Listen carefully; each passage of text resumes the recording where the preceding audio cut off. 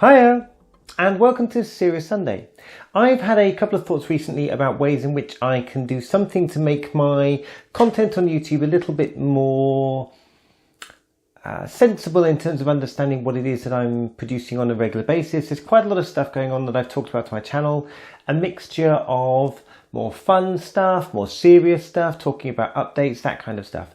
And I wanted to try and see for a little while if I can do something to kind of categorize it so you know what kind of thing you're getting into if you click on something. Really, I appreciate that there are some people out there who are maybe more interested in serious topics of conversation, and perhaps some people who are more interested in more fun stuff, for example. No judgment on anyone there, enjoy what you enjoy. But to help people to, I guess, kind of focus in on what it is that I'm doing, give it a little bit more of a structure so it's easier to follow what I'm doing. So today is Serious Sunday, and I wanted to try and use Sundays in future to put out videos on more serious and, let's say, meaningful or impactful subjects. Things that are around campaigns or maybe stuff that's going on in the real world, things that are affecting trans people, trans issues, that kind of stuff. And I thought that I would start a little bit tangentially for this first week by talking about two different things which I'm currently very, very interested in. Now, the first thing is to give a little bit of an update about something which I took part in very recently. I was asked by a student to provide some input to a documentary that she was producing as part of her college course. And I was a bit reluctant to do that in mail mode because it's something that would be accessible online. And so we went back and forth with a few discussions over email about what might or might not work for her and what would work for me as well. And in the end, what we did was we sat down and did a couple of hours of an audio style interview. So I talked about a lot of aspects of my life, things that have maybe contributed to my cross-dressing, things that I have done that are of maybe some kind of foundation to perhaps why I am the way that I am today, why I do this, what are the reasons behind that. And I talked very frankly and openly about that. Now, it's something that she'll be working on over the next month or so. And out of that 2-hour conversation, we'll distill it down, I think, to about 10 minutes of project work. I don't know whether that's going to be sort of publicly available online, but she said she'd share it with me before it's submitted. So if I get a chance to, and if it is made available publicly, then I think I'd quite like to share that, because I think it would be interesting to hear my words and maybe to see what kind of areas of our conversation she really focused in on. I think that would be quite interesting. The video is almost entirely conducted down here, which is where it would normally be. So that was of interest. So if you are looking to hear that, it's going to come out much like this. I doubt I'll get it for another month or so. But going back into Juliette mode for a second, I think that would be something that I'll share. If I get a hold of it, if it's online, if it's publicly available, it might be interesting just to share that and see if it's, of interest to people. So that's something I did recently. It felt like a opportunity, again, to discuss more about Juliette, to discuss about my childhood, my youth, how it was that I came to get into some of, what I do today, and whether that's maybe caused by events or, I don't know whether it's caused by events in my past or whether it's just something that I do, and it could be genetic. I don't know. It could be absolutely genetic. I don't know if it's nature. I don't know if it's nurture. I have no idea. But I know that there are certain events which I look back on in my life and I think of as being, quite formative. One of them that I thought I'd just touch on for this video today is to talk about something I think I may have mentioned in a video previously, but it was a event that happened the first time I went to university. So I was submitted to, I went to university through clearing, so I didn't get in initially I had to go through the clearing system, which basically means that you are kind of a late entry to university, which means that halls and on-campus living, all of that accommodation had gone. And I had to find somewhere where I could rent a room alongside other students. But I was in my first year, so I didn't know anyone. So I was kind of going into a completely new environment. Second, third year, it's much easier because you've made friends and, you arrange to live together. But I didn't get to live on campus. That meant that I moved into a house with, I think, 1 second year and 3 third years. And I had my little pokey room upstairs. And they took us out for kind of a first night out, which was really, I would say, having grown up in the countryside, my first kind of big night out in a city. Specifically a brand new city, a city I'd never really been around before in my life. And on that first night out, what happened was I saw, for the one and only time, I never saw this person again. We went into a bar, and stood at the bar was someone who, in my quite sheltered countryside lifestyle that I'd grown up in, was just like something from another world to me at that time. So the person at the bar was around about 6'10", black, made up in a drag style. So, much more of the drag style makeup. Huge wig, which was amazing. Huge wig. Heels were incredible. If you've seen the musical Kinky Boots, it was like something out of Kinky Boots before I even knew about Kinky Boots, or before Kinky Boots even existed.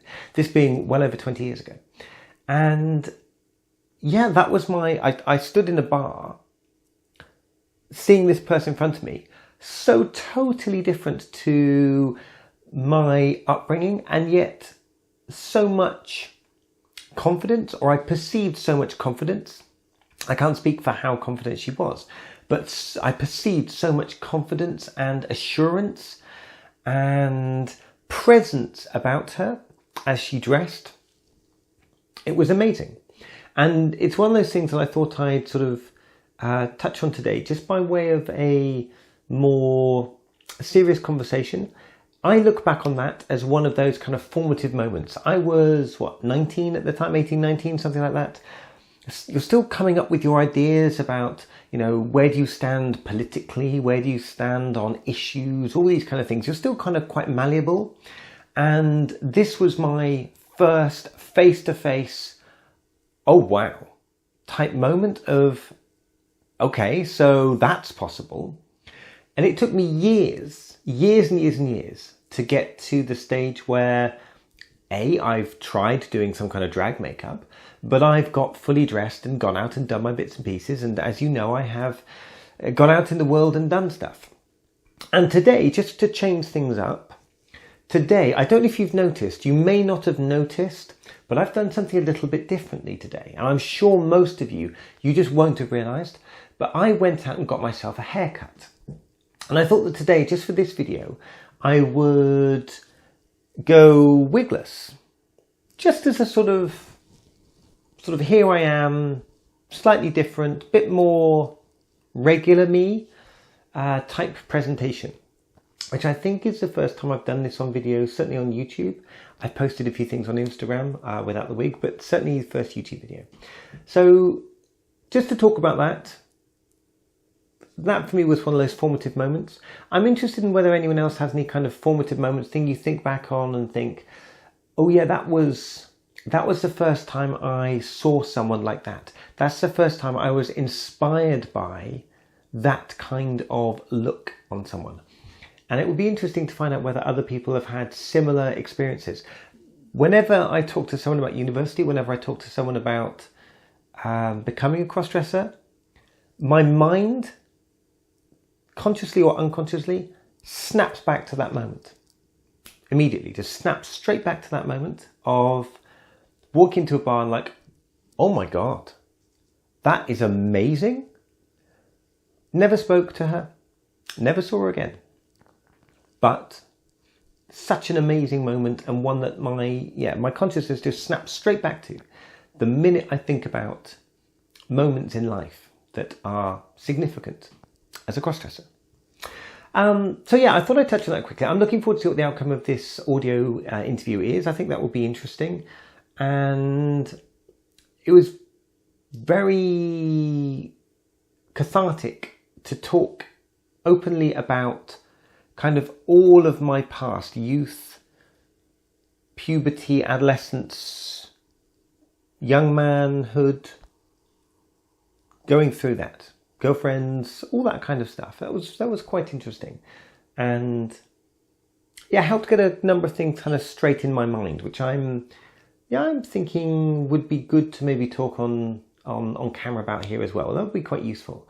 Having said that, for the purposes of her documentary style thing, I'll leave that until after it's published, and yeah, kind of leave that to one side, and then I can talk about those things later once that's kind of closed off, because I don't want to kind of, I don't know, it feels like I'd rather wait until she's done the work she wanted to do, and then we can go forward from there. So the other thing I wanted to talk about today was actually a campaign which I've been following along with recently, and I think is really interesting. So again, bear in mind this is Serious Sunday. This is a campaign which is going by a hashtag which is called I Weigh, WEIGH, as in my weight is, I weigh. And this is something I wanted to kind of bring attention to and talk a little bit about the background of this, because I've been following along with this for a while, and I really, really like this campaign. I think it's a great one, and I thought it was worth talking about here today. I Weigh is a campaign that was started by a woman who is called Jameela Jamil. Now, you may not know Jameela Jamil. She's a UK-based television presenter and actress who has been in, or she's currently starring in The Good Place, which is a Netflix show. She stars as Tahani, who is one of the four main characters, let's say the four main characters within that show, within The Good Place.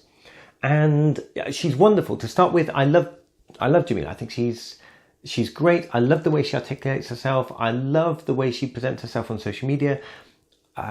She's gorgeous, as if that's relevant, but she has this great attitude towards body image, which I really like. As someone who, I have to deal with covering up, wrinkles and bits and pieces, all sorts of stuff that we have to be able to kind of deal with in terms of trying to make the most of our body image. I find the way that she talks about and presents issues related to body image, particularly related to women's pressures on the kind of body image that you're supposed to promote. And yeah, I love what she's doing at the moment. So to talk about the campaign, I believe it started when she saw a picture which was a picture of all the Kardashians, where they had kind of put their weight in kilograms. There are about 6 of them. Don't ask me who they are. I know Kim and Caitlyn. Anyway, 6 Kardashians, and all women, they put their weight, how much they weighed. And kind of asking people, do you think they, do they look like they weigh this much? And Jameela's response to that was to put out her own picture, which said at the top, I weigh, and then she listed out the significant or important aspects of her life, of her existence, let's say, that were of intrinsic value, not this superficial thing of weight. So it's not about discouraging people from dieting, or it's not about discouraging people from a healthy lifestyle. It's saying that focusing someone's value on their looks or on their weight is detrimental to their presentation as a human being. It's detrimental to the way that we value each other, particularly the way that, let's say, women value other women, the way that they attribute them as, heavier than me, lighter than me, better looking than me, that kind of stuff. So really to try and turn that around and focus much more on the positives. So if I were to submit a picture, for example, to this I Weigh campaign in support of it, I might submit something like my photo, and on that is written, I weigh, loving husband and father. crossdresser, alcoholic. Those formative things that have made you proud or strong or have contributed somehow to your sense of personal self-worth, but that are not, they're not just outer things, they're inner things. They're things that you've done, you've achieved, you've combated, you've overcome, these kind of things. Positive things.